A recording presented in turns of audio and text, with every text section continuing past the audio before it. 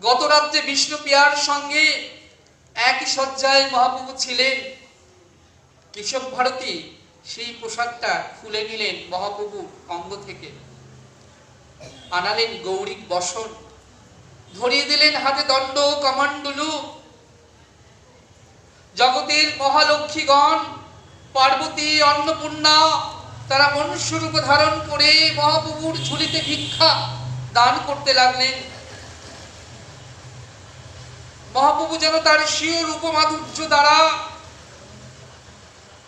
জগতে সকল অশুভকে নাশ করতে লাগলেন। তার নাম হলো দীক্ষার পর শ্রীকৃষ্ণ চৈতন্য মহাপ্রভু। শ্রীকৃষ্ণ চৈতন্য কাকে বলে না? কৃষ্ণ নামে যিনি জগৎ কইলা ধন্যা তিনি শ্রীকৃষ্ণ চৈতন্য। যিনি জগতের জীবকে, হৃদয়কে কর্ষণ করে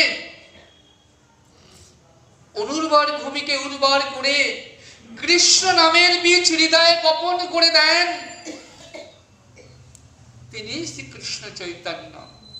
মহাপ্রভু কেশব ভারতীকে আলিঙ্গন দিলেন। আলিঙ্গন মাত্র কেশব ভারতীর দেহে অষ্টসাত্ত্বিক ভাবের বিকার হলো। মহাপ্রভু ক্রন্দন করে উঠলেন, নানাভাবে ভাবিত হয়েছেন।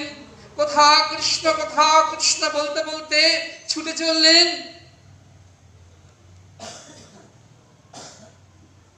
বৃন্দাবনের উদ্দেশ্যে।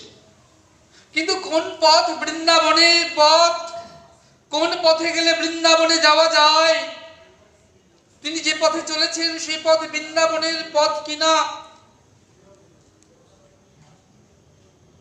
সেটা তিনি জানেন না। এমনকি দিন রাত্রি সম্পর্কে বাহ্যিক জ্ঞান পর্যন্ত তার লুপ্ত হয়ে গেল। শুধু মহাপ্রভুর এইটুকু জ্ঞান আছে, আমি বৃন্দাবনে চলেছি। এইভাবে ছুটতে ছুটতে এক রারো দেশে মহাপ্রভু 3 দিন করিলা ভ্রমণ। এমন সময় নিত্যানন্দ মহাপ্রভু কি করলেন না, মহাপ্রভুকে অদ্বৈত আচার্যের গৃহে নিয়ে এলেন।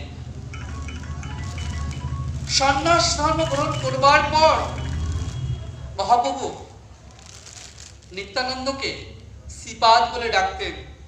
বলেন, এ কি শ্রীপাদ, আমি চলেছি বৃন্দাবনের উদ্দেশ্যে, তুমি আমাকে শান্তিপুরে নিয়ে এলে।